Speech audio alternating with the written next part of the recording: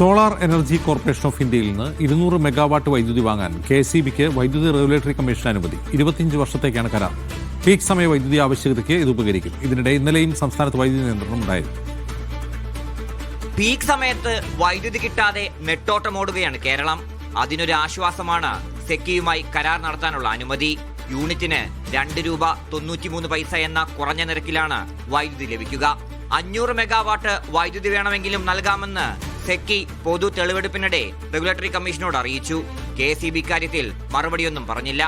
അടുത്ത വർഷം ജനുവരി മുതൽ വാങ്ങാൻ ഉദ്ദേശിക്കുന്ന 300 മെഗാവാട്ടിന്റെ ഹ്രസ്വകാല കരാറിനുള്ള ടെൻഡർ വ്യവസ്ഥയിൽ മാറ്റം വേണമെന്ന KSEB അപേക്ഷയിൽ റെഗുലേറ്ററി കമ്മീഷൻ തീരുമാനമെടുത്തിട്ടില്ല.